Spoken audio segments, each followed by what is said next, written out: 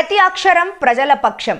HR9 news టీవీకి స్వాగతం, సుస్వాగతం. సత్యసాయి జిల్లా హిందూపురం పట్టణంలో విస్తృతంగా పర్యటించిన జిల్లా కలెక్టర్ టిఎస్ చేతన్. ఈ సందర్భంగా జిల్లా కలెక్టర్గా బాధ్యతలు స్వీకరించిన తర్వాత మొట్టమొదటిసారిగా పెనుగొండ సబ్ కలెక్టర్ అపూర్వ భరత్తో కలిసి కలెక్టర్ టిఎస్ చేతన్ హిందూపురం పట్టణానికి విచ్చేసి పలు సమస్యలు అడిగి తెలుసుకున్నారు. స్థానిక తహసీల్దార్ కార్యాలయంలో రెవెన్యూకు సంబంధించిన పలు రికార్డులను తనిఖీ చేసి ప్రజలకు సకాలంలో సేవలు అందించాలని రెవెన్యూ అధికారులకు సూచించారు. జిల్లా అదనపు కోర్టు భవనం గదులు స్థితిలా వ్యవస్థకు చేరుకున్నాయని, దీంతో ఇటు న్యాయవాదులు అటు కక్షదారులు ఇబ్బందులు పడుతున్నారని, దీన్ని దృష్టిలో పెట్టుకుని పాత తహసీల్దార్ కార్యాలయం తాత్కాలిక కోర్టుగా అనుమతి ఇవ్వాలని బార్ అసోసియేషన్ సభ్యులు కలెక్టర్కు విన్నవించుకున్నారు. వెంటనే సబ్ కలెక్టర్తో కలిసి జిల్లా కలెక్టర్ కోర్టు భవనాన్ని క్షుణ్ణంగా పరిశీలించారు. అనంతరం స్థానిక జిల్లా స్థాయి ప్రభుత్వ ఆసుపత్రిని పరిశీలించి అక్కడున్న డాక్టర్లను వైద్య సేవలు పట్ల అడిగి తెలుసుకున్నారు. రోజు ఓపీకి ఎంతమంది వస్తున్నారన్నారు, ఎలాంటి జబ్బులకు వస్తున్నారు, రోగులు అడ్మిషన్లు ఏ స్థాయిలో ఉన్నాయి, ఆరోగ్యశ్రీ కింద ఎలాంటి జబ్బులకు శస్త్రచికిత్స నిర్వహిస్తున్నారని ఆర్ఎంఓ డేవిడ్ రాజు ఆరోగ్యశ్రీ సిబ్బందిని అడిగి తెలుసుకున్న జిల్లా కలెక్టర్ ఆసుపత్రిలో సమస్యలు ఏమైనా ఉంటే వాటి పరిష్కారానికి కృషి చేస్తామని, ఆసుపత్రికి వచ్చే రోగులకు సరైన వైద్య సేవలు అందించాలని సూచించారు. త్వరలో అన్నా క్యాంటీన్ ప్రారంభించే గదులను పరిశీలించి ప్రజలకు ఎలాంటి ఆటంకం లేకుండా సక్రమంగా అన్నా క్యాంటీన్ నిర్వహించే విధంగా చర్యలు తీసుకోవాలని మున్సిపల్ కమిషనర్ శ్రీకాంత్ రెడ్డికి సూచించారు. నూతన తహసీల్దార్ కార్యాలయ భవన నిర్మాణానికి సంబంధించి బిల్లులు ప్రభుత్వాసుపత్రి భోజన ఏజెన్సీకి బిల్లు మంజూరు చేయాలని కాంట్రాక్టర్లు జిల్లా కలెక్టర్కు విన్నవించుకున్నారు. వాటికి సంబంధించిన అన్ని వివరాలు తెలుసుకుని త్వరలో నిధులు మంజూరు చేస్తామని కలెక్టర్ హామీ ఇచ్చారు. ఈ సందర్భంగా కలెక్టర్ టిఎస్ చేతన్ విలేకరులతో మాట్లాడుతూ తాను కలెక్టర్గా బాధ్యతలు చేపట్టిన తర్వాత హిందూపురం పట్టణానికి విచ్చేసి పలు సమస్యలు తెలుసుకోవడం జరిగిందని, వాటి పరిష్కారానికి కృషి చేస్తానని తెలిపారు.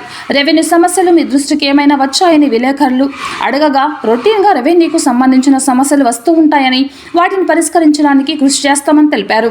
ప్రభుత్వ సంక్షేమ పథకాలు అర్హులకు అంతే విధంగా తమ వంతు ప్రత్యేక దృష్టి కనపరుస్తారన్నారు.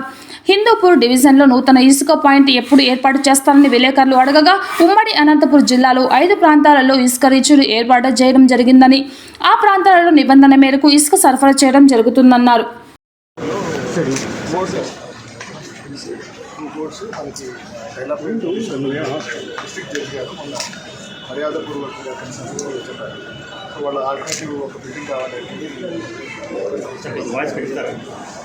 అందుకోసం ఆల్రెడీ ఒకటి వెటనరీ ఫెసిలిటీ ఉంటే అది ప్రపోజల్ వాళ్ళు ఇది కూడా వచ్చారు. ఇప్పుడు ఏంటంటే వెటనరీ ట్రీట్మెంట్స్ అనిమల్ మంచివన్నీ ఇవ్వడం వల్ల అక్కడ కొంచెం జూనాటిక్ ఇష్యూస్ కూడా ఉంటాయని వాళ్ళు కూడా రైజ్ చేశారు. ఇందులో భాగంగా ఏదైనా వేరే ఆల్టర్నేటివ్ బిల్డింగ్స్ ఉంటాయా ఏంటి అనేది బార్ అసోసియేషన్లో కూడా వాళ్ళతో కూడా చేసేసి వాళ్ళు కూడా ఒక కన్విన్సింగ్గా ఏదైనా బిల్డింగ్ ఉంటే ఐడెంటిఫై చేయండి అని వాళ్ళు కూడా చెప్పడం జరిగింది.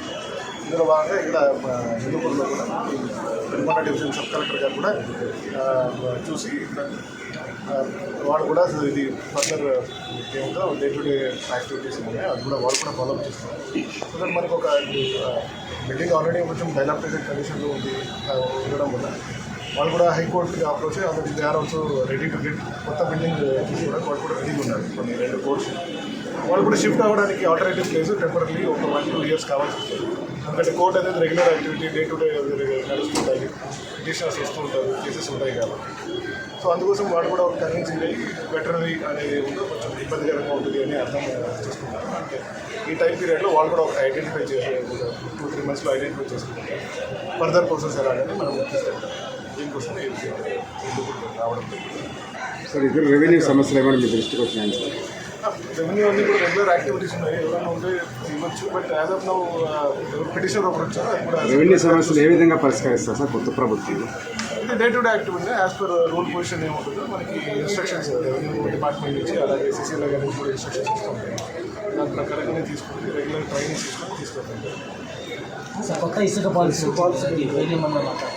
కొత్త ఇసుక పాలసీ మనకి జిల్లాలో మనకి 5 రీచెస్ ఉన్నాయి. 5 రీచ్లు అది ధర్మవరం అండ్ రాప్తాడు అక్కడ Dharmavaram, Bathalapalli and Ramagiri and Gurugubalam. So ఇవన్నీ కూడా అక్కడ ఫంక్షనింగ్ ఉన్నాయి. రోజు మనం ఆల్రెడీ మైన్స్ డిపార్ట్మెంట్ నుంచి డిప్లాయ్ చేయాల్సిన స్టాఫ్ అందరూ డిప్లాయ్ చేసి ఎన్నప్పుడు ఫెసిలిటీస్ ఏమైనా ఇవ్వాలో అవన్నీ చూసి ఫాలో అప్ చేస్తున్నాం. యమునా నదిలో వచ్చేసి యథేచ్ఛగా తరలిస్తూ ఉన్నారు. ఆయన ఒకసారి చెక్ చేయిస్తారు, రెగ్యులర్గా ఉంది. ఆయన చెక్ చేయిస్తారు కన్సల్ట్ ఏమంటారు. పట్టణంలో నడి బొడ్డు నుంచి పోతా ఉన్నప్పటికీ కూడా ఏ ఒక్క అధికారి కూడా కన్సల్టింగ్ ఆఫీసర్ చాలా నిర్లక్ష్యం ఉంది సార్. చెక్ చేయిస్తారు. జస్ట్ ఆస్క్ కన్సల్ట్ ఇంకా ఎలాంటి చెక్ చేస్తాం. ఇంకా ఎలాంటి మార్పులు తీసుకొని ఫర్దర్ యాక్టివిటీస్ ఏం కావాలో చూస్తాం. ఇంకా ఎలాంటి మార్పులు తీసుకొని వస్తా ఉన్నారు సార్? చూద్దామండి. ఇప్పుడు will take up as per day to day activities అండి. సో గవర్నమెంట్ నుంచి ఇన్స్ట్రక్షన్స్ దాన్ని ఫాలో చేస్తుంది. అండ్ మోర్ ఓవర్ ఇప్పుడు మనకి అన్న క్యాంటీన్స్ కూడా డిఫరెంట్ స్టేజెస్లో ఉన్నాయి. స్టార్ట్ చేసింది ప్రభుత్వం వచ్చిన తర్వాత ఫస్ట్ టైం మనం పెన్షన్స్ కూడా ఇచ్చుకోవడం జిల్లాలో 25 లక్షలు 185 crores మళ్ళీ నెక్స్ట్ 1వ తారీఖున సేమ్ అదే రోజు ఇంటింటికి సచివాలయం స్టాఫ్ సేమ్ దాన్ని మనం ఫాలో చేసి ఇవ్వడం